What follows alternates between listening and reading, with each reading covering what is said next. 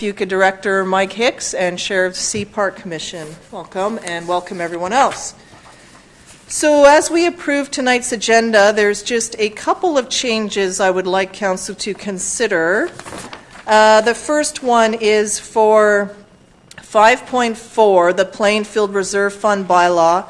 I would like Council to consider allowing Director Hicks or the Chair of Sea Park to speak during that particular report, and not during the public input session, as he may have some other information to add. And secondly, also, Councillor Ray has put forward a notice of motion under 11.1. Councillor Ray will be absent for the next couple of months, so she's requested that we waive notice and deliberate on this item tonight.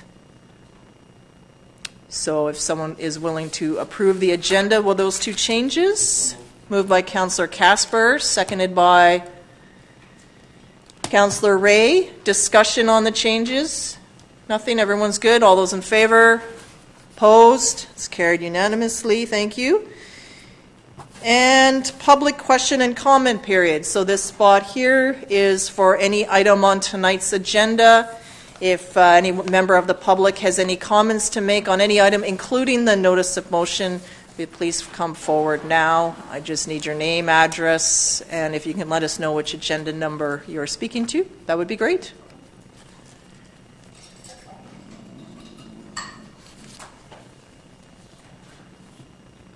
And if you could please just turn on the microphone, sir. It's just on the base of the actual... Perfect. There we go. Thank you. I'm Kevin MacArthur. I live at 6495 Riverstone Drive, up in Sun River there. I want to speak to the sale of the easement on Soule Road. I forget what item that is. 5.1. Okay. So I'm new to the community. We've only been here for less than a year. But that particular easement is identified in the Parks Master Plan as one of the potential ways that a pedestrian bridge could be connected over the Souk River in the future. I understand it hasn't been selected as a fundable thing right now due to largely cost, as I recall.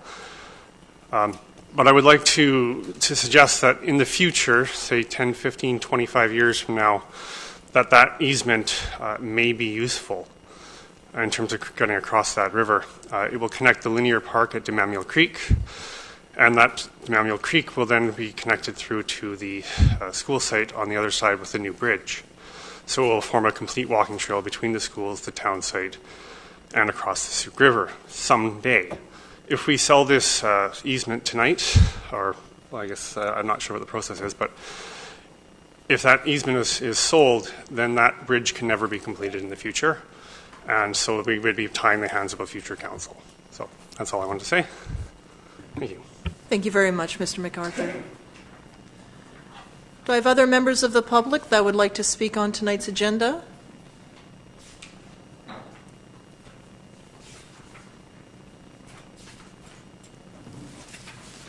Okay.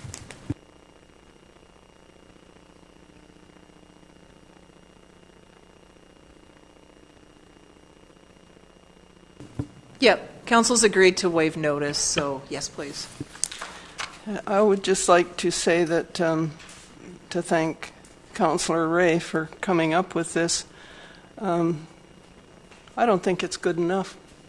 I think we should be through the winter months and the fall and even early in the spring. I don't see why they feel that there has to be dogs on leash. We've been walking up there for years and years and years, and nothing bad happens. And in those months, there's nobody up there. Unless you're walking a dog, you're not up there. So, I mean, this business that he spoke of the other night about we have to protect the flora and the fauna, where? I mean, the potholes is a beautiful place. I love it. But flora and fauna, I don't think so. You know, there's fallen trees and there's all sorts of stuff that, and the dogs aren't going to hurt it one bit. Not as much as people with cigarettes and motorcycles and whatnot that go roaring through the bush. Nobody talks about them. I know that a young couple went up Mount Quimper, and lo and behold, there was the CRD up there to make them put leashes on their dogs. Have you ever tried walking down the side of a mountain with your dog on a leash? It's not a lot of fun. But I think for this end of the town and on up and through there, I don't think that they should compare that to Victoria. I think that it's a totally different place. You can go up. I've gone up 4 times now trying to get caught, and I can't even get caught, so I'm not doing a very good job. And I have quite a bit of problem with this, the one about wherever it is, Sun River, that one. But I think I'll wait and see how that unfolds before I say anything else. Thank you. We do need to do something about the dogs. They need to run. Okay, thank you, Ms. Hall.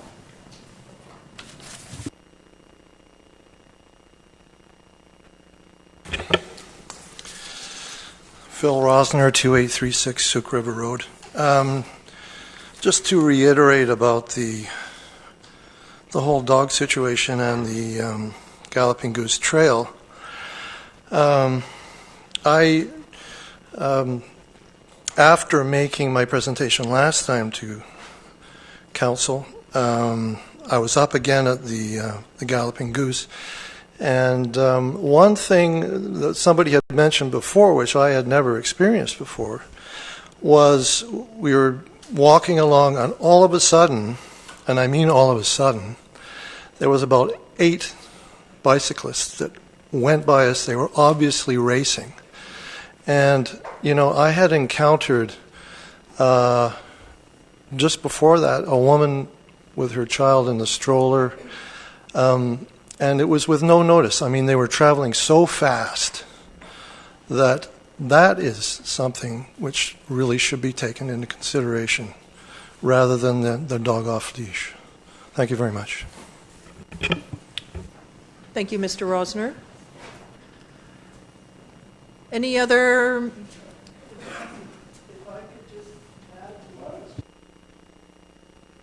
Oh.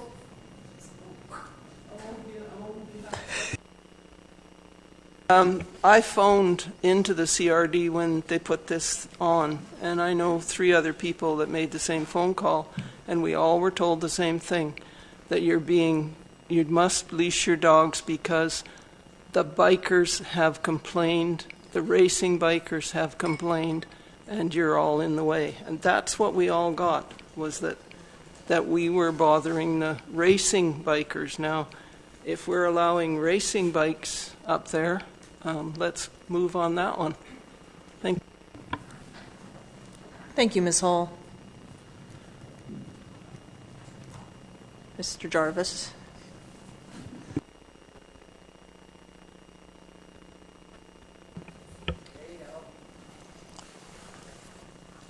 Mark Jarvis, 2349 French Road North, Souk.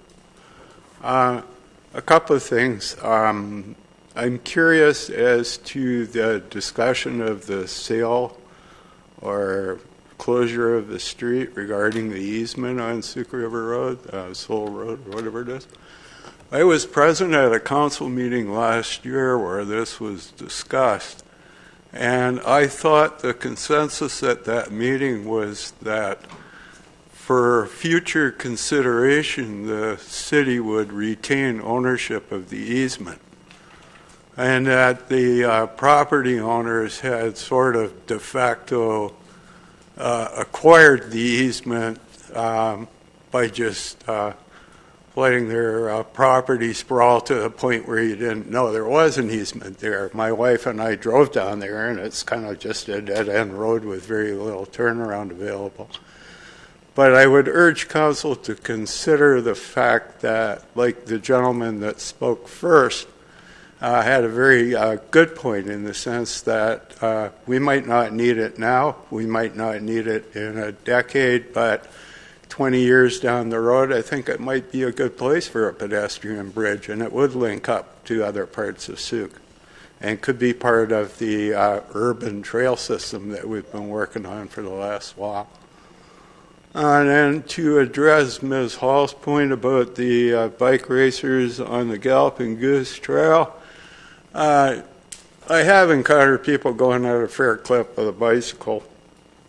And my only comment to that is the same as to the people that walk dogs, myself included, is passing all kinds of resolutions is fine and dandy, but if people, say for instance, don't perceive shoplifting as a crime, then good luck on apprehending them or punishing them.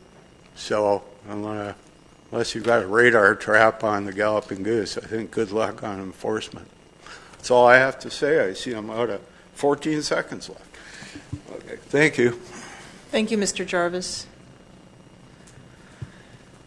Okay, do I have any other speakers this evening on tonight's agenda? You can come forward, sir, and just turn on the microphone.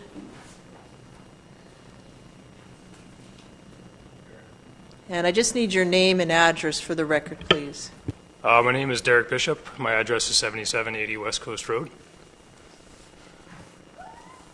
I apologize. I don't know what the agenda, the number of the item is that I'm here to speak to. It's in regards to the. It's here for 5.4. That's correct. I'm just here to ask council to try to support the CRD. I'm a commissioner with Parks and Recreation. I have been for just over 8 years as a volunteer. We've done a lot of great things in the commission. Right now we have a pretty strong group of people that are really proactive in trying to move forward on some projects that are small community needs. In the past 8 years we've done a lot of great things, such as dirt jump parks. We just finished, I myself being involved in the turf field project, which was a project that was a bunch of different people coming together, such as the Community Association, the CRD, Sioux Council, and a bunch of volunteers. And I'm aware that there's $408,000 and some change and property available up in Sun River for a project to happen in Sun River. And I think that with the CRD, with the commission that we have right now, would probably be a really good idea that we kind of try to spearhead this project, just because we're pretty good at planning. We've got some evidence of the stuff that we've been doing in the community, and essentially we are the professionals when it comes to recreation in the community. And lately we've had like a great union of everybody getting together and making things happen, and we've identified what the projects are that are important to the community. 8 years ago when I became a commissioner, my agenda was to build an outdoor hockey box, like a multi-purpose box for the kids to play in. And 8 years later, there's been other things that have come to my attention that were more important. So therefore, those things have all happened. And I think that now it's time to move forward on a project like this so that we can make way for future projects, including maybe being able to help plan that property for future items after this. So that's all I'm kind of hoping to achieve here. Thank you very much, Mr. Bishop. Appreciate it. Okay, final call for any speakers on tonight's agenda. Okay. Seeing nothing further, we'll move into the agenda. Item 5.1 is Bylaw 657, the road closure and dedication from Soule Road. We have a report. Is there a staff report to go with this? Mr. There is no additional staff report. This item has been in front of council a couple of times. So on September 12th, council directed staff to proceed with the bylaw. So staff have worked with the proposed purchasers, entered into a sales agreement pending the outcome of this bylaw. And sorry, there was one other item here. In 2015, council directed staff to remove the Soule Road crossing as an option from the report. So it's been in council several times with direction to move forward with the sales agreement. And the bylaw is in front of you this evening. Pending the readings of the bylaw, the appropriate notice would be put into the paper with final scheduled for August 13th. Okay, thank you, Ms. Machada. So this was last before us back in September of 2016, I suppose, and then it's just taken a bit of time for the bylaw.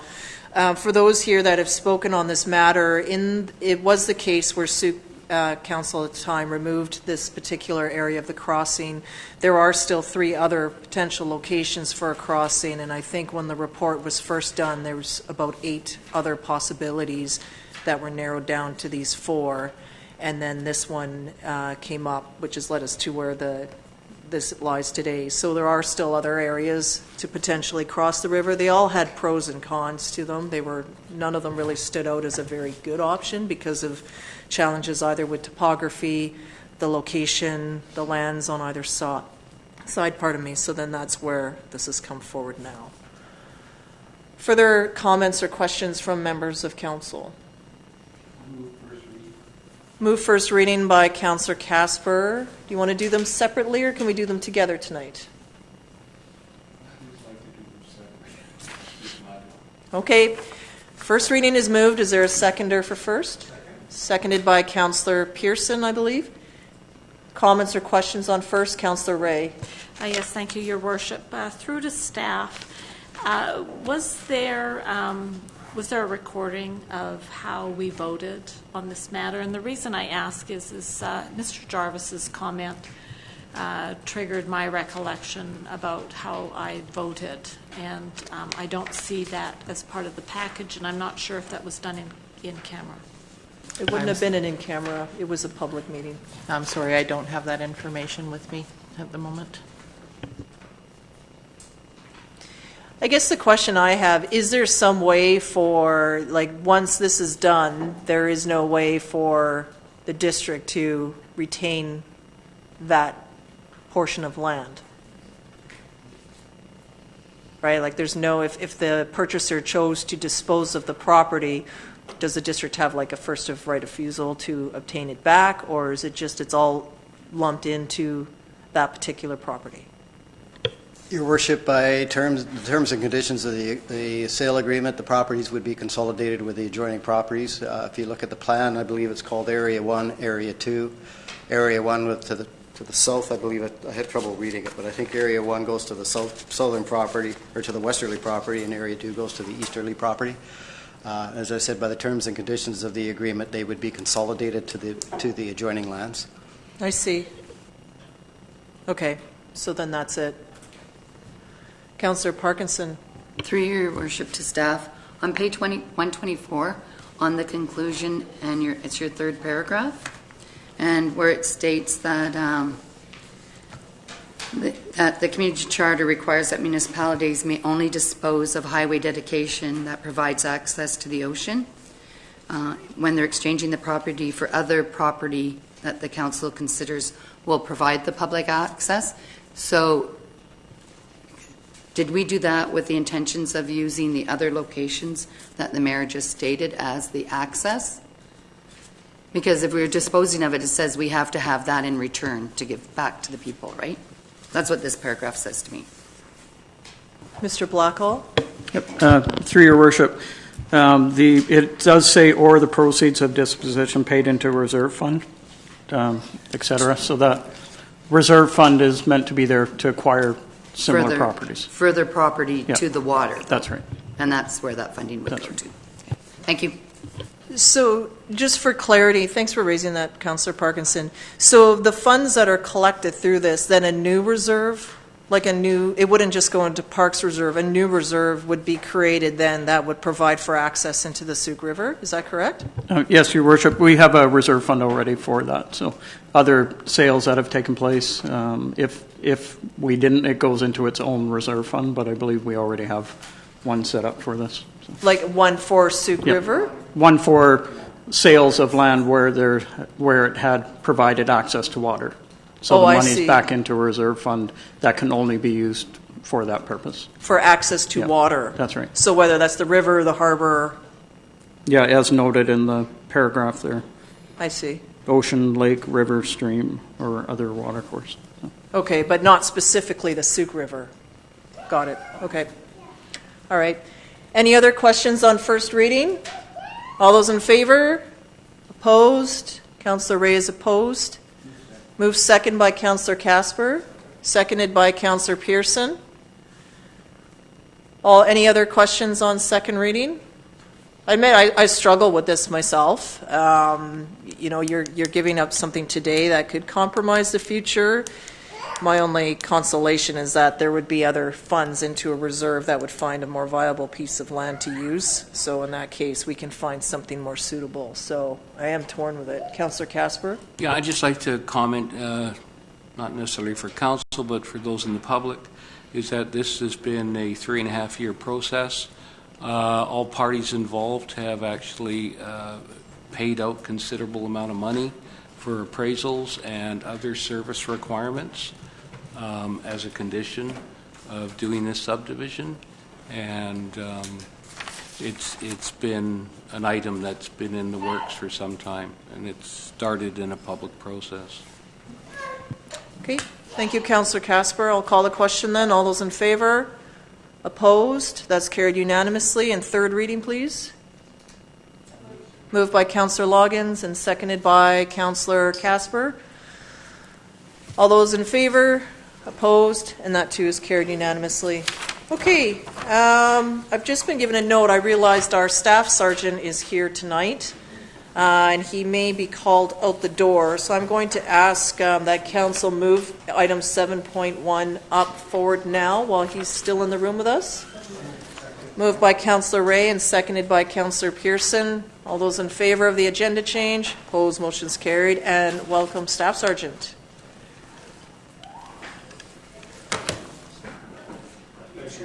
Yeah, I actually just turned it off. I turned it off? Oh. That's good. Thank you. I thought green was on and red would be up. Okay, thanks for turning the 2-minute timer off as well. Thanks again, Your Worship. Nice to be here with you and councillors. I don't have much worth waiting for, so that's part of the reason I wanted to be bumped up. It's been a long day. But I just wanted to give you an overview of the file count and just what our current status is now at the detachment. A few other minor things, and that'll be about it, as well as just maybe a little bit of a warm-up to a request that'll be coming in the fall for more manpower, which hopefully doesn't come as any big surprise. As of today, we're at 3,360 files, which is the highest we've been in 10 years, although we've been close a couple of those years. We continue to be busy on a day-to-day basis with things that 98% of which we don't talk about or issue any media releases, those being domestic situations, sexual assaults, crimes of violence, and those things. Nothing unusual, but those are what occupy our investigators. We've been quite successful in a lot of our fairly significant investigations, of which you rarely hear much about, and there's been a lot of investigative success, which I can't report any specifics on.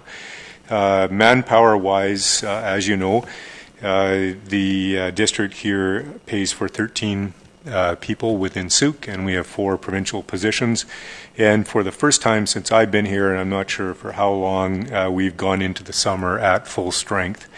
And just recently have transferred Constable Sean Heidemann to Whitehorse. He just left last week.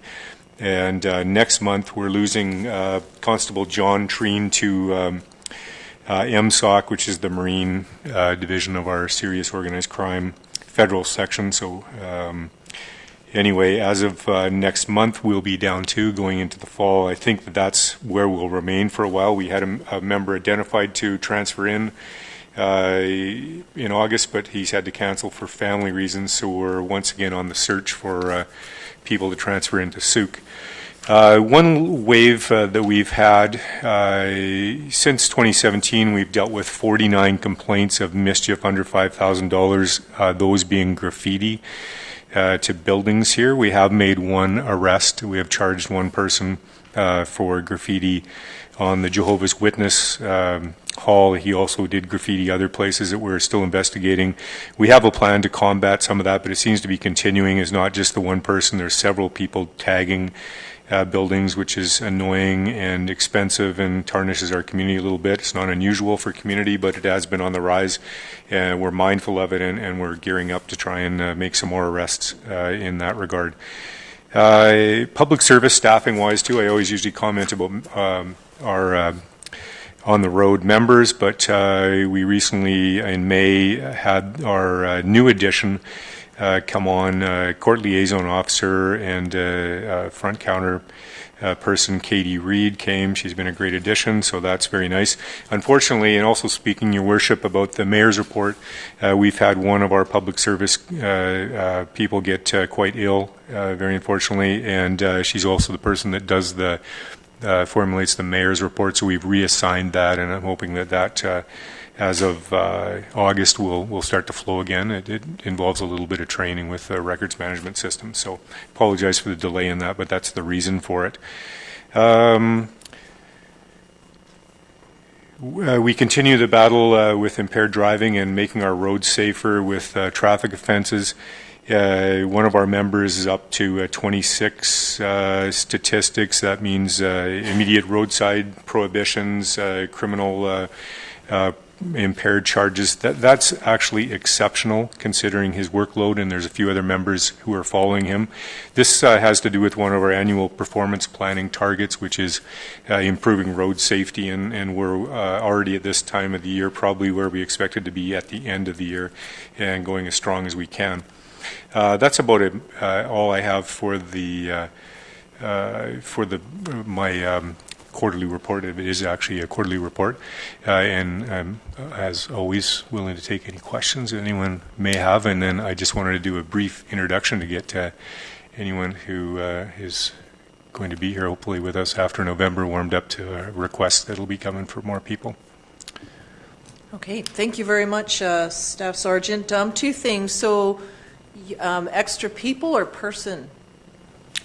Persons. Persons? Yes. Okay, so you're thinking 1, 2, 3, just so we have an idea? I would, the request would be for 2 immediately, and then probably to start planning. We've talked about doing some planning, trying to match our additions with the growth in this community. Right now, as you know, 13 officers for a population that was in the 2016 census, 13,001. 1 per 1,000 is really pretty marginal amount of officers. So we would, I think, can make a strong case for 2 more, and then to plan for 1 more per year, unless the growth is expected as higher than what we're seeing, so or what we predict. So yeah, that's what I want to present at a future meeting. Okay, thank you very much. Topic, yeah. The second part, with the mayor's report, if it's possible to do, at the end of the year, there's a tally, so we see the various incidents or the types of, and then it gives us a tally. I don't think, because of the past, that we need every single, but if we get a year-to-date comparing to the previous years, I think that would be helpful information. So then you can just see what I looked maybe a year-to-date for 2018, but then you'd have a 2017-16, and then we can see where they fall and what they look like. Yeah. So once your records keeping person gets up to date, that the statistics are very helpful, and I think particularly as you would brief a new council and maybe have the case and you're able to provide that historical data, say going back however many years you can see how the call volume has increased, the types of incidents have increased, if there's a severity that goes along with them, or even just which ones may, potentially someone with a mental health with a criminal incident may be more time consuming because you need 2 people or whatever. I think that just might help with some strategic planning. For sure, okay. Yeah, and I'm always more than willing to get you any statistics that that we can dig up for you at any time. And you do realize the background on that. It was that out of 4 public service employees for a while we were operating with just 1, and that was one thing that fell off the plate. So my apologies for that, but we'll get it back on track. Okay, we look forward to seeing that. Other comments, Councillor Parkinson? And I'm glad you caught the 1 tagger anyway so far. Oh, pardon me, Your Worship. I'm glad that you managed to catch 1 tagger because of the graffiti. Oh, yeah, thanks. Yeah. As a matter of fact, and the credit goes to our new sergeant who got on the road and took 1 file and did a great job in it. So That's great. Thank you. Go ahead, Councillor. Through your worship to the staff sergeant. So in regards to the tagging, when you have local businesses that have video cameras on their property and they actually do see taggers out there, do you use their videos? I know that one of the businesses called in to say that they had taggers on their videos, but no police came over to have a look at it. Absolutely. That's probably the best evidence we usually have to go on, is the video. And if it's good quality, half our day, it seems like sometimes, is looking at video and trying to identify the suspects on the video. So that's part of my role. If someone's not done the proper follow-up on an investigation, then they should be phoning me, and I'll make sure it does get done. I'll make sure she calls you. Thank you. Okay. Councillor Pearson. Yes, thank you. Through the chair. Thank you, Staff Sergeant MacArthur. Just a question around the impaired and the alcohol-related driving offences. So you have one officer at 26 incidents year to date? That's right. So now that's just his own initiative locally. What about like when the integrated police come out and they do their blitz? I guess on a Friday evening, I see that they come out sporadically. What's their rate? I can get that for you, because they do report back their statistics to me. And what's their rate? They're usually here about once a month. Yep. It might seem like more to a lot of people, but that's about how many times they're here. And you would expect them to probably get between 4 and 10 immediate roadside suspensions and criminal impaireds, but I can get the exact stats for the last year. And as well, we also are serviced by South Island Traffic Services, and they report to us their stats too, so I can add those on. But by far, most of the enforcement in Souk is done by our own officers. Yeah, I just noticed that in the last several months that they've got these strategic different locations at the corner of Kemp Lake Road and Otter Point Road and things like that. So I was just wondering if that's escalating the rates of incidents, or is it sort of staying the same? I guess that would be my general question. Are we seeing a decrease in alcohol-related driving offenses? That's really a tough one to answer, because if the statistics are fueled by how much our officers are on the road and how much discretionary time they have to do the enforcement. And if they get lots of that time, then it appears that there's more of those kind of drivers on the road. And if they don't get that kind of time, even though those drivers are there, they're undetected, and we have less to report. So it's a difficult one for me to answer. You would think in this day and age it would be going down, but I don't think that it really is. I guess that was my general question. Are we actually seeing success rates in the overall rate? So.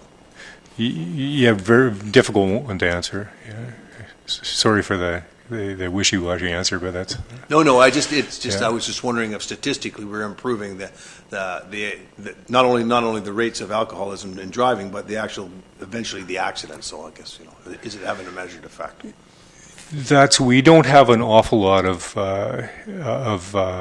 alcohol-involved accidents here, but that's another statistic we could dig up for you to see if it's on the decline. But usually statistics like that aren't that significant. But we could take a look at it for you. Yeah. Probably a good idea. I don't want you to go to extra work. I'm just sort of asking you anecdotally. Yeah. No, that's what I'm here for. So, thank you. Yeah. Thank you. So just on behalf of council, just like to thank you very much, as well as the efforts of the detachment, and also just hope everyone is safe this summer. And just for your curiosity, where you mentioned the ratio of 1 per 1,000, it's the same as physicians actually, or one doctor roughly to take about 1,000 patients to attach, but they're doing more than that because of the growth in the population. But just similar. Police and doctors. Isn't that interesting, eh? Yeah. Yeah, we're not looking to get more physicians, though, I'm sure. We are looking to get many more physicians. We'd like to keep up with the physicians. That's right. So we can attach more patients to, because we have 2,000 unattached, roughly, so 2 would actually take care of the unattached, but then that still leaves us short for growth going forward. So it's just, it's similar, but totally different. Anyway. No, interesting. Yeah. Thanks, Your Worship. All right. Thank you very much. Thank you. Okay, so we'll return into the agenda here to item 5.2, bylaw number 716, financial plan bylaw amendment. We have a report here. This is for some changes from our plan, but I'll let our CAO speak to this. Mr. Blackhall, please. Thank you, Your Worship.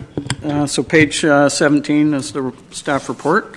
You can see on the report there's two items that require the financial plan bylaw amendment, and another one that, since it's related to the transportation master plan, we thought we'd show it along with the amendment. So the first one being the Parks and Trails master plan, and that'd be for $60,000 and $35,000 coming from community washrooms budget and $25,000 from the WIF and SPIT study budget. Those are all within the capital fund. That's why there's no bylaw amendment required for that one. The second one being budget for $100,000 for a transportation master plan, $50,000 coming from Charters road design. That's in the capital plan, and $50,000 from other municipal purposes. We were going to do a DCC bylaw review, and that's in the operating budget, and that's why that one needs a bylaw amendment. And transfer $112,080 from operating surplus to the Soule River Road drainage project. So that's the reason for the amendment, and the actual bylaw amendment is on, or the actual bylaw is on page 19 and 20 and 21. And then page 18 is the updated budget document, the summary page of the full document to show the impact of that as well. So we're looking for first, second, and third reading for the bylaw 5-year financial plan amendment, bylaw number 716. Okay, thank you. And these have all come forward to council in recent agendas. Questions or comments, Councillor Parkinson? No, move first reading.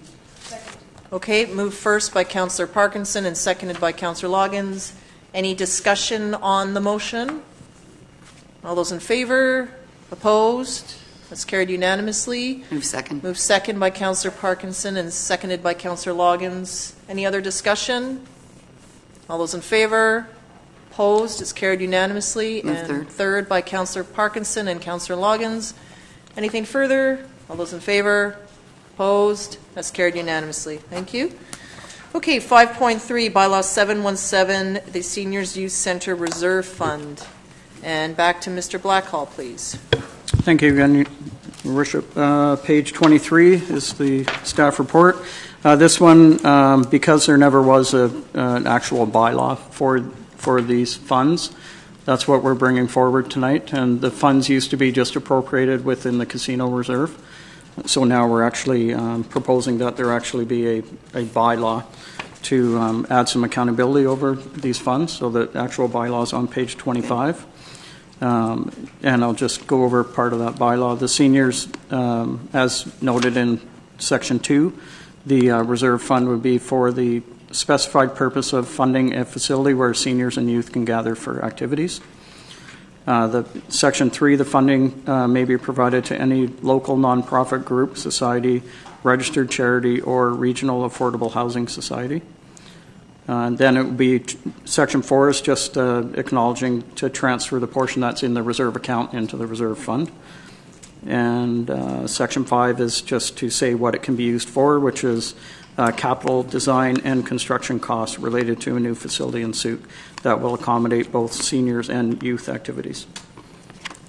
And so that's we're looking for first, second, and third reading for the bylaw Seniors Youth Center Reserve Fund bylaw number 717. Thank you, Mr. Blackhall. Councillor Parkinson. Move first reading. Okay, she had her hand up first. But moved by Councillor Parkinson, seconded by Councillor Casper. Any discussion or comments, questions? All those in favor? Opposed? It's carried unanimously. Moved second by Councillor Casper and seconded by Councillor Parkinson. Anyone? See none. All those in favor? Opposed? Carried unanimously. And third by Councillor Parkinson and seconded by Councillor Casper. All those in favor? Opposed? Carried unanimously.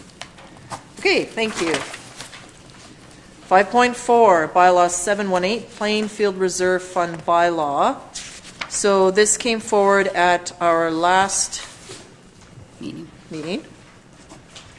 And I'm just going to read, Councillor Berger was unable to attend this evening, but she did have some comments that she would like to be shared, so I'm just going to read those out.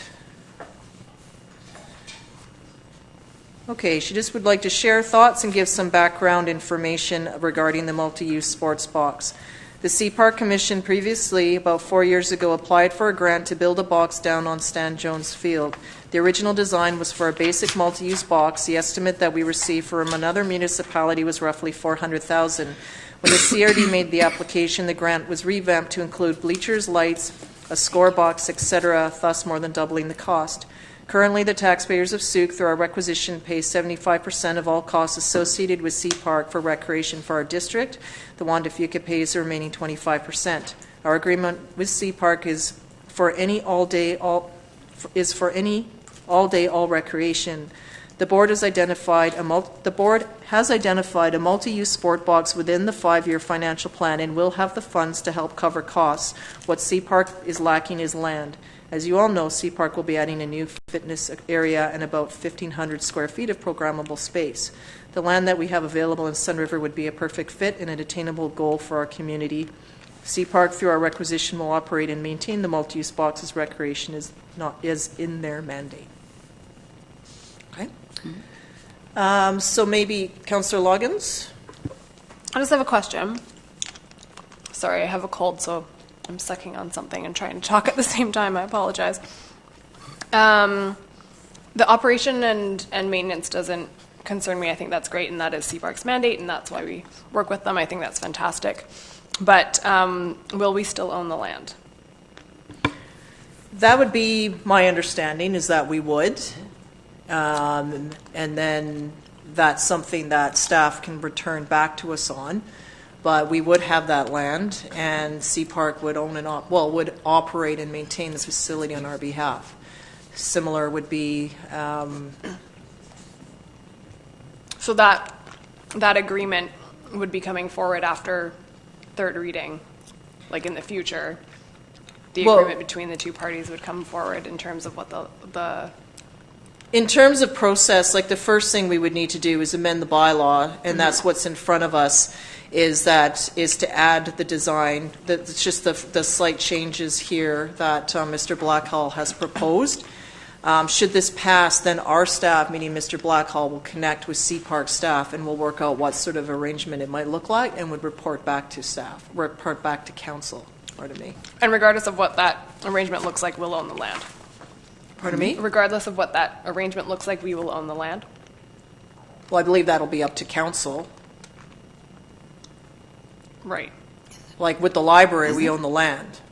The library is building a facility on top of the land, and they would build it, and we're still working out what that agreement would look like, but that land will always be held by the district. So this is solely revising the bylaw in order to pass that funding on so that they can work on operation and. Well, that still needs to be sorted out. The first step here is just to ensure that the bylaw fits accordingly. So that's why there's more just text changes to what's in the proposed bylaw.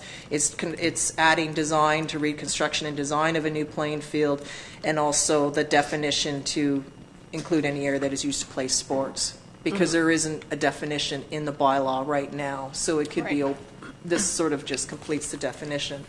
So from this, should council agree to pass this, then our staff will connect with Sea Park staff, and then we'll report back to us. But it basically is saying, yes, this is giving Sea Park, I think, what I'm hoping, just that, yes, we support this to happen. Absolutely. I don't support us giving away land, but I do support if we can get an agreement going for with both parties on it. Okay, and I'm also going to have Mike Hicks speak to this as well. Councillor Pearson. I think it's pretty clear. So I think it's clear for me that it meets the definition even without the text amendments. So I'll move the I'll move first reading. Before we second that and take it to council, can I have Mike Hicks speak to this? We made that change on the agenda. Okay. Oh yeah. No. If he wants. And I think that might just help clarify some extra bits. Thank you, Mike. Thank you very much, Mayor and Council, friends. I just wanted to tell you about Sea Park, because I think there's a little misconception of what Sea Park is. And we have 6 commissioners, 4 are from Souk and 2 are from the Wanda-Fuca. And it's a total partnership between Wanda-Fuca and Souk. And those partners basically hire the CRD to run it. They're just, we can fire them tomorrow morning, like West Shore did. They have their own society that runs their, and it's blown up. They've fired their commissioners, but ours is really solid and really good. I mean, we really work well together. And the facilities that we have an ice arena, swimming pool, baseball field, bike park, skateboard park, and golf course, and we're in process of building a 5,000 square foot fitness center. Our budget's $3.8 million. I'm trying to show you how big this is, like how involved and what a huge job this is. Sometimes I get the sense you don't understand or you don't relate totally. You own this. It's just another arm of Souk and Wanda-Fuca as a junior partner. But we have a budget of $3.8 million. We have 34 acres of land. We have 52,000 square feet of buildings. You do. I mean, you own it. We have 17 full-time staff and 100 auxiliary staff at Sea Park. The lifeguards and people helping with the programs. We have a hockey program for Sucre Minor Hockey, Edward Milne Hockey Academy, and Journey Hockey Academy. We have a golf course. We had 4,000 rounds last year. We have baseball. We have slow pitch, and now we have triangle hardball for the kids down at our field. We have early years programs, 0 to 4 years old. We have licensed preschool, soccer, dance, active start programs, swim lessons, skate lessons for all the little kids 0 to 4. For 5 to 17, we have Pro D summer, winter, and spring break camps for all the kids. We have sports, soccer, baseball, taekwondo, drop-in hockey, arts programs, leadership programs, Red Cross babysitting, volunteer leadership, social programming, swim lessons, skate lessons, shark swim club, advanced aquatic. And for the elders, guys like me and Kevin, and my brother Rick, we have a variety of fitness programs, box fit, Zumba, yoga, run clinics, fitness, arts, culture, aqua fit, swim fit, social programs.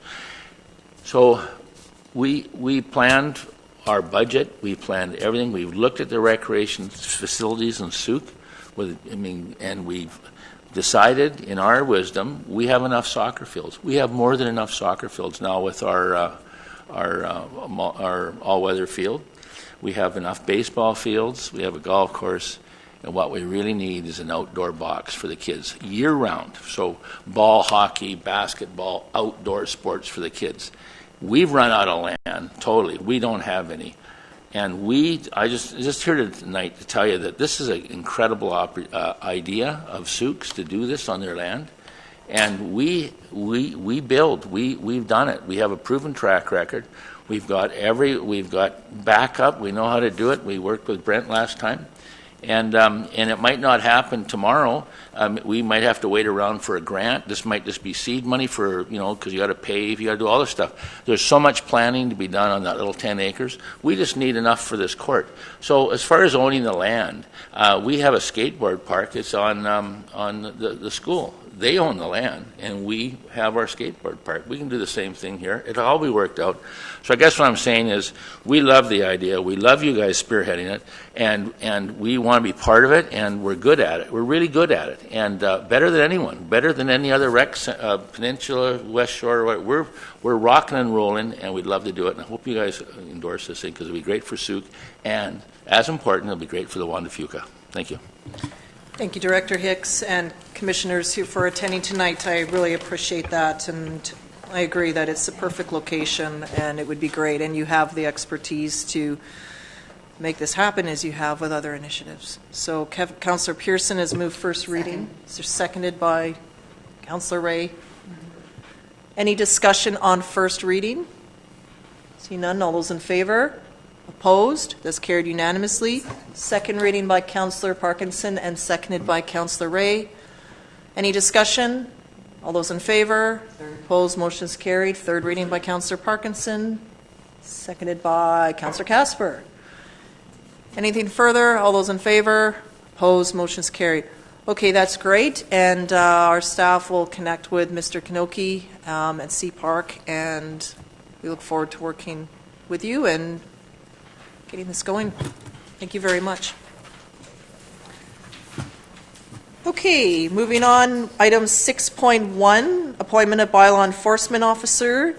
There is a recommendation here that Council appoint Mr. Scott Cullum as bylaw enforcement officer for the District of Souk, effective July 30th, 2018. Moved by Councillor Parkinson and seconded by Councillor Logins. Any discussion? All those in favor? Opposed? Motion's carried unanimously. Okay, 6.2, we have a report here on Lot A visioning work. This came forward from a previous agenda. We have the report here, and any further comments from staff? No? Okay, so the recommendation here is that Council authorize the budget transfer of $15,000 from the official community plan budget into the long-term plans and studies line item for the Lot A visioning work, and that $5,000 from Council contingency be transferred to the long-term plans and studies line item for the Lot A visioning work. Moved by Councillor Casper and seconded by Councillor Logins. Discussion, Councillor Parkinson. Through your worship, who will be on this? Is there a committee, or are we doing an RFP for this? I believe it would be a consultant. What's happening? Can I ask staff to comment on that? I have a vision. Through your worship, that would be put out for a consultant through an RFP. Okay. Thank you. Consultant. Thanks. Councillor Casper? Just a question through you. So this here would be a consultant who has background in public engagement. Would that be the case? That's correct. Okay. Well, I would hope that we look within our own community, because there are actually people who are in that business who do consulting, and they actually live within the Wandafuka-Souk area, and they do work for a number of organizations which you may not be aware of. So I've always preferred to hire local if we can, and there are some people, but it all depends who puts their name in and what the cost is. I think our policy is always to consider local first, but hopefully they'll consider that if they have the time when this comes forward. Through your worship, it's when all else is equal, then the preference is given to the local provider. Right, okay. So once this passes, I guess it would be after, once council passes this, then you could work on the RFP and then post it? So probably in the next month or so? That's correct. Okay. Okay, so we moved and seconded this, correct? Yes? Okay, so I'll call the question, or is there any other questions? No? All those in favor? Opposed? This carried unanimously. We did the RCMP quarterly report. So new business. So I wasn't sure how to raise this item. The first one, well, it's food trucks. So I've received a complaint from a business owner in the community that we have food trucks. The person was uncomfortable in putting it in writing. So I'm not bringing a complaint forward, but I thought rather than me holding my opinion, I just wanted to bring it forward and see if council had any concerns and whether or not different action would be needed. So as I understand it, right now a food truck can operate in Souk provided they're located in two areas, or two conditions, I guess. The first one, that they set up on commercial property with the permission of the landlord. And then they would need to have a VHA operating, or VHA approval to run, as well as a Souk or intermunicipal business license. Would basically mean that they're in compliance. The other alternative is that if there's a special event, then they would make application. If they're in the district park, say for the Fling or Music Festival, they would have a special event application, or what the museum does. So in those situations, and from what I understand, that is how our food trucks are currently operating in Souk. The person that I spoke with was concerned that by allowing that, it's creating an unequal or unfair opportunity for businesses like restaurants or cafes that have brick and mortar established places that pay full commercial taxes, and that the food trucks are given an advantage than the other. in my view, they differ a bit. You may like sit-down table service. In some scenarios, someone with a mobility challenge, say like my mother, would not be able to stand and wait at a food truck. She would prefer to sit indoors in a restaurant. For those that are maybe out with your dog or with a bike, you can drop in a food truck, get whatever you like, carry on. There's just there's a niche. There's different ways that's working. So that's how it is. So I just thought that this would be a way. I didn't want to trigger a staff report unless council so desired one, or I don't know what sort of a policy to recommend on this, because it seems that it's fine. But again, I'm looking at my opinions, so I just wanted to see how others felt. But those are sort of the criteria that need to be met to have a food truck operating.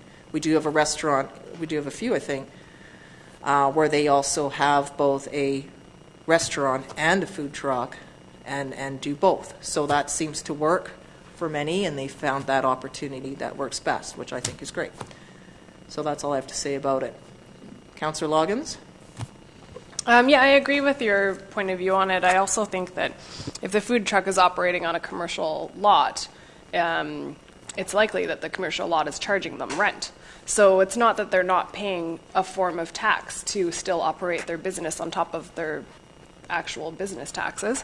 And as you mentioned as well, if there is the opportunity to have a food truck and a restaurant, as some places here do. So I think it's a great addition to our town, and it's been livening up some of our local events. So really, I don't see a problem with them. Councillor Parkinson? I don't see through your worship, I don't see a problem with them either. I think that they are offering a service to the consumers of our community, and I think it's a welcome addition. And like you said, there is a business that has the restaurant here, but he also has his cart out at the supermarket. So good on them for being ingenious and doing that and trying to make a living. I have no problem with it. Anyone else have any comment or concern or question? Councillor Casper? Yeah, I think that that unless someone is prepared to put something in writing or appears a delegation and show cause, then really there's really no more to discuss. I don't want to waste our staff's valuable time on generating a report or a study on it. Over the years, I've never seen a problem other than when people have not sought permission from the district to either go on district road right away or district land. So. And in that case, we have an action in our place already. So, no, I completely agree. It's come up a few times, so that's why I just wanted to bring it forward. Okay, so anything else from anyone? Okay. We'll carry on. So we do have correspondence here received from June the 28th to July 16th. There's a recommendation to remove and file unless there's any other matters that anyone would like to raise from said. Councillor Logins. I wanted to just quickly speak about B, D, and E, if I may. E, D, and B. They all. Sorry, okay, sorry. Bravo, Delta, Echo. Got it. Thank you. Go ahead. The first one, the Vista Expo letter. I was wondering if that was something we would want to look into and see if we could host that in our community. I think it would be a good little thing to do, if possible. It's positioning us for tech entrepreneurs in the community, and then they just want to have like a tour of the area to see what kind of tech opportunities or things that they can showcase in the region. Okay. We can always, since it was addressed to me, I can just shoot an email back and just ask for more information. Mm-hmm. Sometimes they send out a package of, different groups send out a package in terms of what they're looking at, so I can follow up with that one. Thanks for flagging that. Mm-hmm. And then D was the New Spaces Fund, and I noticed that in the requirements or the eligibility requirements, municipalities are eligible to apply, and I doubt that we would be in the position to run our own daycare, but they can partner with a third party to do so. And I thought it might be at least worth looking into to see if it could be something we could include in any Lot A developments. That's a good point. Yes. Because it is over the span of several years. So yeah. No, that's great, Councillor Logins. And then for E was the Murray Road Park. Yes. Letter. And I know that we haven't discussed this, and I don't intend on putting any sort of motion forward, but it would be nice for us to start putting money aside to acquire lands such as this. The writer does mention that it's a downtown park, and it's true, like, we will lose those lands more than we'll acquire them. And it is nice to have Lot A, but a small lot like that would be wonderful as well. I have nothing against it becoming housing, though. I know the writer of that letter didn't want it to be housing and would prefer a park. I like to have both options open, but in the future it would be nice to have a little bit of cash put aside for land acquisition specifically for parks in the downtown area or similar. Yeah. Thank you, Councillor Logins. In regards to this particular letter, because of it came through to info when the email is redacted, is there some way for staff to reply back and just say that this has not yet come forward for first and second reading into a public hearing so that they know that? Yes, we can do that, and then you'll also receive the letter again at the public hearing. Yeah. Or because we haven't even passed first or second yet. If and when there's a public hearing. Right. Councillor Casper? And perhaps you could advise the writer that there's a open house, an information meeting on the 25th? No, it's this week. Yeah, it's this Wednesday. week. Thursday. Yeah, it's the 25th, I think. Yeah. And just further to this, I think we have to put this piece of property in question or in context, this designation as a park. This is owned by a nonprofit entity that decided at the time that they would allow this land that they own to be used for that purpose. And they had a little, what do you call it, a little spin around thing with the kids, merry-go-round or whatever, and I think there were some swings there. And I think historically, because of that deteriorating, and there were some problems with some people down there that weren't bringing the best light within the community, and there were some problems. And but it's owned by a nonprofit currently. Is it our Lions who own that property? I think. Is it not? Yes. It is. Yeah, it's privately held. Okay, Councillor Pearson. Now for something completely different. Out of the letters, I just think that to make mention that often we sit here and we hear a lot of things and what's not going well, but item number C was a kind of a nice note that popped into our inbox. And yes. You know what? Those little things mean big things sometimes. So you know what? I appreciated letter number C from Mrs. Bateman. Well said, Councillor Pearson. Thank you all for your comments. Councillor Parkinson. So, through your worship, in regards to the land, I was going to say parkland, but not really parkland, whatever. I was just curious as to what kind of taxes they pay on it. Have they been paying park taxes on it all these years, or like what is it governed as?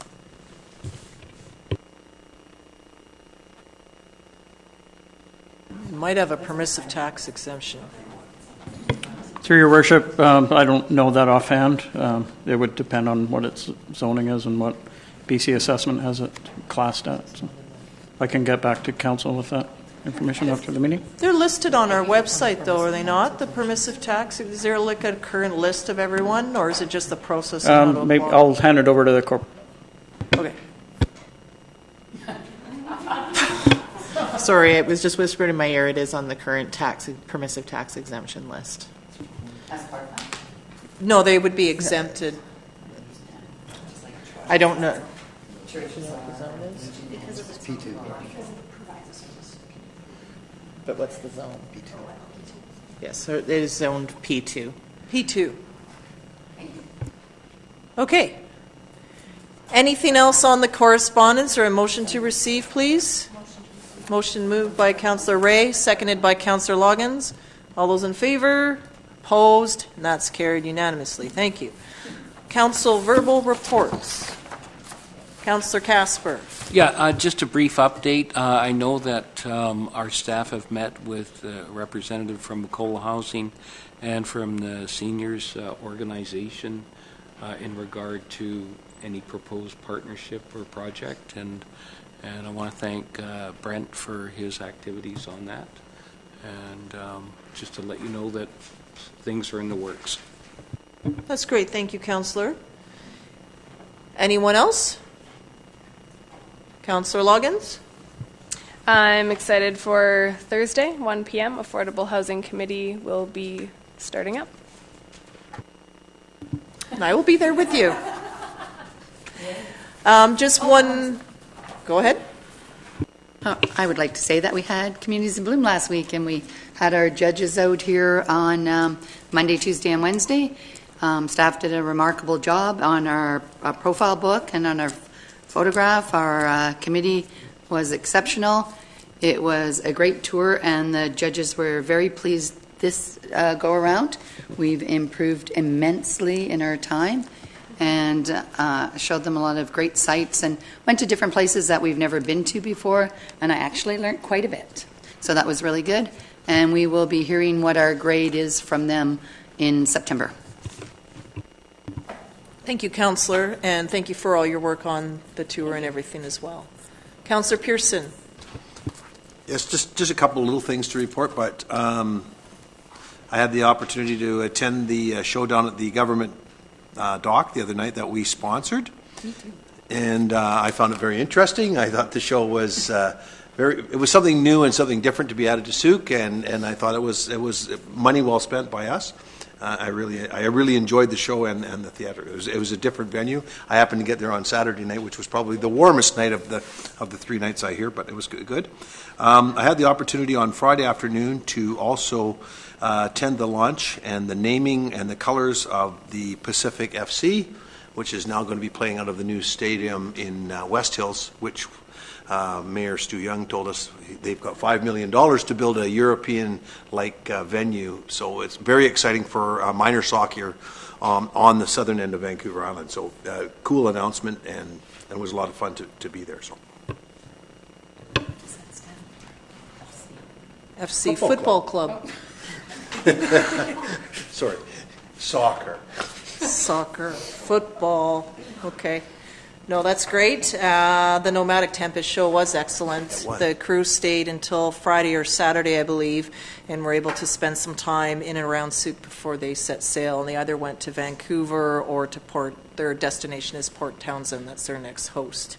So that was a really cool time. As you know, Fine Arts Show kicks off. The car show just happened. The music festival is up, followed by the musical ride. So there's a full roster of fabulous items coming our way this summer. I've also been made aware of a previous commitment by one of my predecessors where there was, when the Charters River Interpretive Center opened up, there was a dinner raffled off, and Chief Planis, Mike Hicks, our MLA, I think our MP and the mayor all committed to preparing and serving a particular course for this dinner. So I think it's going on almost 10 years, so I'll be doing dessert of some sort in September, and hopefully can find plenty of local flavors to deal with there. So that'll be good. Okay, so one thing I should have maybe added as a new business item, but Councillor Ray notified me that she's going to be absent. She has some travel commitments coming up. So for September, she will be away, and that is when Councillor Ray is scheduled to be acting mayor. I'll be away for a week attending UBCM, so it's just a concern that if there's any items pressing while I'm there, and or should I be absent from a council meeting, it typically would fall on the acting mayor. So I'm wondering who is not going to UBCM might be a good candidate because you'll be in town that particular week. You're not going. I don't think you're going either. Are you okay to be acting mayor in September? So we probably need a motion then that Councillor Parkinson be appointed as acting mayor for the month of September. Moved by Councillor Casper and seconded by Councillor Ray. All those in favor? Opposed, motion's carried, and Councillor Ray is available in October, which is her normal schedule. So we'll leave that as is. Thank you, Councillor. Okay, so here is the notice of motion that you've put forward, Councillor Ray. Is there anything that, the only suggestion I had that I thought about was that the C2C regional park be added to this. And I'm not sure if there was a reason maybe not to include it. I know that's, or if you maybe had a reason why you didn't add it initially. So maybe that would just be my suggestion that it be included. I would agree having hiked and then biked up that way, holding your dog on a leash coming down in some areas, it's just easier to let your dog go or your dog's going to pull you the whole way down. So that would be my only thing. And a lot of people do like to bike with their dog, which is good exercise for both. But I'll let you speak to that. Yes, thank you, Your Worship. I just want to clarify, Ms. Hall had mentioned earlier about having it off-leash. The way that this is currently worded is that it will be off-leash all of the time, except within the months of May 1st to September 30th. It would be off-leash before 9 o'clock and after 9 p.m. But through the fall and through the winter, as Ms. Hall made the comment, there's hardly anybody on the Goose, really, north of kilometre 48, 49. I just want to say that there has been a fair amount of discussion on social media around this topic.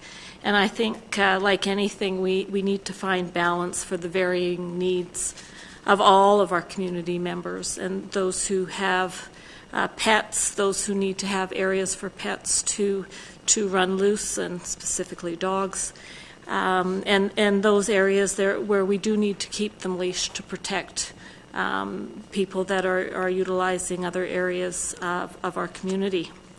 The Goose is 57 kilometres long. It travels through Victoria, Saanich, View Royal, Langford, Colwood, Machosen, and Souk.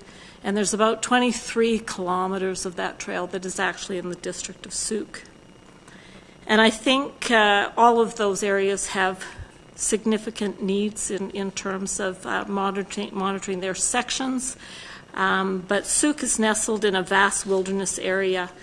And I find it very hard to understand why the CRD took the initiative or planning to take such a blanket approach for 57 kilometres. I think it's narrow in scope and nature. And I think we need to learn to share the space. Just a couple of other items that are, I think, that have been raised. I had somebody tell me on Saturday that they saw two CRD officials with their knapsacks on, and they were heading up at the upper parking lot of the Souk Pot Hills, obviously going out into the wilderness. I personally just don't understand that. It's a wild area. There's bears, there's cougars.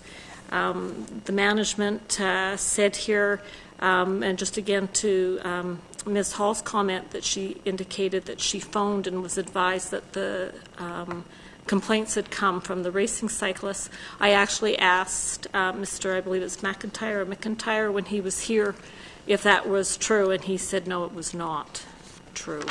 So I think there's other bigger issues to monitor and enforce on the Goose, particularly smoking. I think the last thing this community needs is a fire that starts up the Galloping Goose. Yet they're wandering off into nature to play with the bears and make sure that the dogs are on leashes. So I do have concerns. I think it's an easy fix. Posting signs as you come off the upper parking lot at about 48.5, and then any other areas as you either drive down or walk down to the other trails that take you up along the potholes. The reason May 1st and September 30th, I use those dates, so those are the dates that align with the parking. So you have to buy it's easier for people to remember if everything is sort of consistent in terms of timing. In relation to your comments, Your Worship, about the C2C park, I did circulate an email asking. I'm not really aware of what happens on that area. We've always just used the Goose. I do know a lot of people use Harbour View to take their dogs. I often hear that, again, it's very hardly ever used in the winter, summer, or winter, fall, and spring. Perhaps maybe, again, if others on council feel they want to include that, I don't have a problem with that. I was speaking to the Goose and the Souk potholes because that is what I'm familiar with. So I'm asking council to support this motion. As I said, it's tied to the dates as parking. I think the better scenario would just have been to have off-leash in that area from kilometer 49 on all year round. I mean, truly, even in the summer at 9:30 in the morning, after having ridden an hour, I don't know if we've seen anybody but one man and his dog Cooper. But I leave that to council. But I do look for support. Thank you very much, Councillor Ray. Councillor Logins and Pearson. Thank you, and thank you very much, Councillor Ray, for bringing this forward. It is really well written. I did also receive some correspondence about the C2C. I think it would be good to have sort of one area on either side of Souk, if we could include that. But my biggest concern with this, my only concern really with this, is the May to September. I believe CRD parks, for the rest of the parks, it's the end of May, like beginning of June. Yeah, June 15th to September 30th. But the way I would like to see it is that we play hardball and let the CRD counter with a date. Because if we bring them these dates and times, they might restrict it even further. Whereas if we start a bit broader, they might counter with something else. But I'd love to see it all year. Thank you, Councillor. So are you suggesting then not to do May 1st? Or I would suggest either aligning with the CRD, I think it was June 15th, like East Souk Park and other parks are sometime in either June 1st or June 15th. They're not the beginning of May, though. So either pushing that date, or my wish is that we would just remove the dates. I think Councillor Ray had mentioned that as well, and we just see what the CRD says when they come back to us. Councillor Pearson? Yes. Well, I thank my Councillor Ray for through the chair to Councillor Ray for bringing this forward. I'm not in agreement that it's well written, and I don't mean well written from the English language point of view, is that it's just another series of bylaws that are not going to be enforced. We're negotiating back and forth. I think we keep it, my opinion is that we keep it more simple. We've been targeted with 5 parks in our area to have dogs on leash, and I've been on the trail in the last 24 hours, and I'm seeing people who are trying to abide the law with 3 large dogs. There's a lady that walks every day, and even I had my little Poncho on a leash yesterday, which is bigger than him. But and I think that people in general will try to abide by bylaws because that's what we should all do as good citizens. But I think that we should go back to the CRD very simply and say that the Capital Regional District reconsider their enforcement or their implementation of the dog bylaws in all of these parks, because I think that going back to the sea to sky or the sea to sea green belt, I think it's ridiculous. I think we start negotiating from this kilometer to that kilometer, who's going to enforce it, what time, May 1st to September 30th, 9 a.m. to 9 p.m. It just sounds like being more complicated to me. I think we just ask them to go back and revisit it. I think it's ridiculous. Sorry, and I appreciate what you tried to capture here, Councillor Ray. I'm not that piece of it. I want you to understand. I think you've done something good here, but again, it just gets into that negotiations. Just make it simple. Say we don't like it. Come back with a better plan. Don't tell them what our plan is. But I think, just if I may, Councillor Ray, because there's a plan that's already in place, it's the part, I hear what you're saying, but it's also taking this to the board and saying, look, this is process-wise what you need to change. This isn't working here. And, here's at least some context as to why, because this is all the directors are going to receive is what this is. It'll go to the Parks Committee, and then, depending on that outcome, will advance to the board. That's just how motions to the board have to go. This won't go directly to the board. It has to go to the Regional Parks Committee first. But either or, something. I just don't know. I'm trying to write down what something has to, in writing, has to go, and I was trying to write down what you're trying to say, and I'm not capturing it. It took me a long time to say that. I think that we just flat out say that we don't like, and I don't know how that crafts. I'm just suggesting it for myself. I think we just flat out say that we don't like their imposing of this on-leash bylaw in our municipality. Second of all, I hear all these things like bike racers. I could tell you there's nobody racing bikes in the C2C Greenbelt. Like we're hearing these complaints coming forward, and they say whatever they want to say to make us go away. Their presentation, and with all due respect, they came out there, they didn't say anything new or anything different. They said, okay, well, this is why we did it. The study, to my Councillor Logins' point was, the study's old, and is it relevant? I don't think they consulted with us in what I would call relevant timing. So, anyways, I'm opposed. Councillor Ray. Thank you, Your Worship. And I do, and I welcome any suggestions in helping to move this along. My concern was watching the demeanor of both of the CRD management that were here. I feel that this is a very uphill battle, and so I was looking for a bit of balance because if we don't get the support, I think from the parks people, I'm not sure what the messaging is going to be to the board. And what I don't want to see is somebody say, well, forget the District of Souk. And I think this is part of a bigger picture that I've heard at this council table for 7 years, is how the CRD continually imposes restrictions on our community. And they've done so in many, many ways, as we've talked many times. So the only thing about Councillor Pearson is it's not just about what's in the District of Souk. It's the bordering parks. Some of this area goes beyond the border of the District of Souk. Personally, I agree with Councillor Logins. I think you have to find a place where dogs can just run and not be subjected to a calendar and the time of year. So, but in terms of the C2C, that was 1999 and 2000 that they did that request. So I think it's very outdated. And personally, I don't really think consultation is further needed when you have members of a council saying this isn't working for our community and we're asking you to reconsider in the interests of all of our community. So I'm not sure if Councillor Casper has something to add. Councillor Casper? Yeah, I think this is probably the best approach because you can be rest assured that, no disrespect, the minions down at the CRD and their legal beagles. That's not very. Well, it's just, but that's what happens. I know, but I don't think that's. And the feelings that I've heard expressed is that there are people who don't feel satisfied with how the bureaucracy works down there.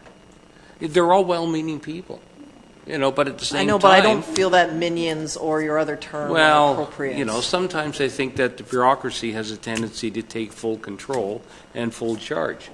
And, I'm sure they're going to dress out a legal opinion saying that, in their view, this can't be done. You can't pick and choose an area. That's what I sense. That's my sense of this. And I'm not saying you just lay down, but at the same token, holy cow, you've got to start somewhere.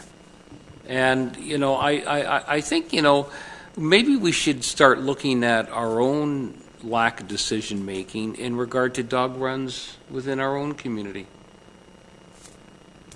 In 2015, 2016, actually going back 2014, this council, over a 3-year period, had actually discussed doing dog runs in 3 separate locations. And those have never happened, never materialized. And that was because of demand that was brought forward by the public, that we should be doing this. So, we also should be demonstrating that we're prepared to do something, too. But we haven't been doing that. Yeah. Councillor Parkinson? Through your worship. So, in regards to the dog parks, too, we did have the Parks Committee, which was up and running and doing great work and had the location for a dog park, and then we canceled the committee. So we were no longer there. So that's part and parcel why there is no dog park or nothing gets done. And the other thing, too, is when we talk about this, the CRD putting in the regulations, our council sat at that table and voted on it. And that vote was unanimous. So we should have responsibility for what is taking place here and not laying blame to someone else. Councillor Logins? Our vote at the CRD table was for the entire parks plan. It wasn't specific to dogs, and it may have been an oversight. They didn't catch that particular thing, but it's good that it's come forward now and we're addressing it. I don't think it's wise for us to just go to them and say, we don't like this, but to give them an actionable motion is preferable. I think that's why I like this motion that Councillor Ray's brought forward. And in terms of dog parks in our own jurisdiction, I agree we do need to move on that, but at the same time, we haven't restricted those areas. So we're still trying to find that balance there, and I'm sure we'll get to that as time continues. But it's the restriction of dogs that is putting a leash around everyone's necks right now.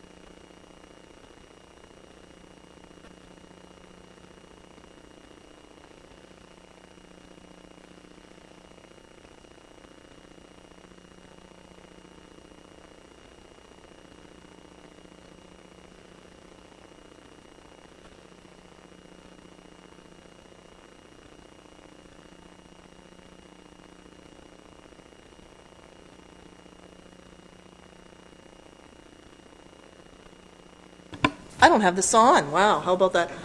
I don't have, I would agree, if we want to change the date, then we could look to change it back. It just gives some flexibility with the conversation, but I think it's the case of, I agree with Councillor Ray, the trail out here is completely different than, yes, it's the Galloping Goose, but as you enter, say, Helmicon onwards, it's a completely different trail.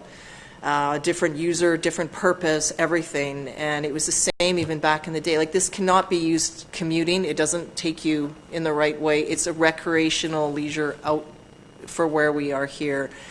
And I think there's people who do like to go enjoy hiking in the C2C or biking, and you can't have your dog on leash all the time there. It's not safe. When you're coming down a hill, you have to let your dog run. And then what? Someone's going to be waiting at the bottom.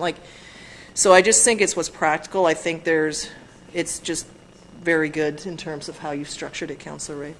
Go ahead, Councillor Ray.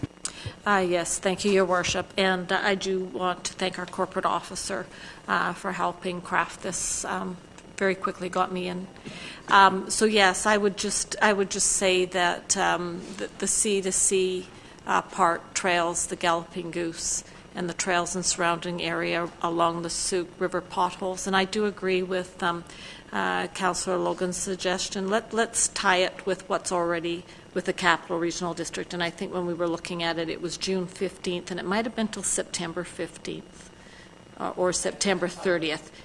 Yeah, Through Your Worship, I can't find that reference at the moment, but with Council's permission, we'll fill those dates in with the appropriate dates. Yeah. And then just finally, I would like to add that last year I did propose that we use the property beside the fire hall as a area for off-leash, and that the Souk Community Association had actually offered the fencing for free. So that was discussed even as recently as last year. Okay, so would you like to move that motion, Councillor Ray? Yes, I'll move it as it's written. And if there needs to be any changes to the September, the dates. Yeah, we'll give staff that permission to confirm those dates. So it's seconded by Councillor Casper. Anything further on this? So once it's completed, if it could be sent to me, and then I'll forward it to the regional parks. Likely it'll be the September meeting. There's no scheduled meeting in August. Okay, all those in favor? Opposed? That's carried unanimously. And a motion to adjourn, please. Oh! With your permission, Your Worship, if I could just speak to the election for a moment. Uh-oh, I suppose. Just to let people know that nomination packages will be available this Friday, and that we'll be hosting a council, so you want to be on council sort of session next Wednesday evening here in Council Chambers, August the 1st at 7 p.m.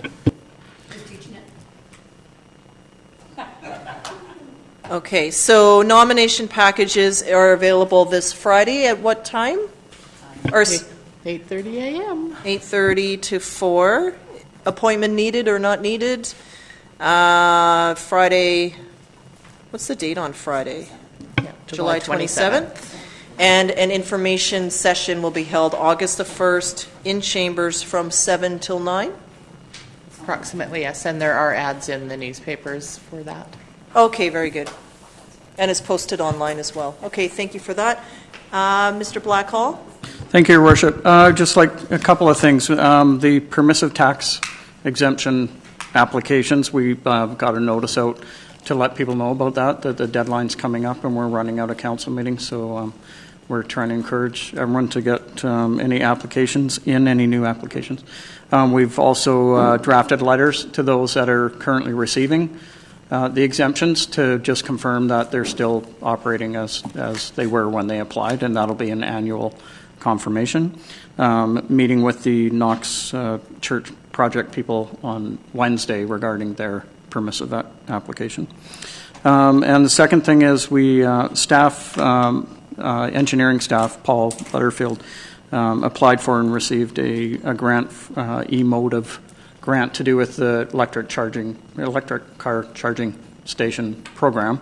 So he's putting together some dates that'll be public engagement. So the grant is approximately $1,900, and it's to cover the cost of sort of public engagement sessions to go over the program and discuss where their locations are and the benefits of the program, et cetera. So there'll be more coming on that. So that's it.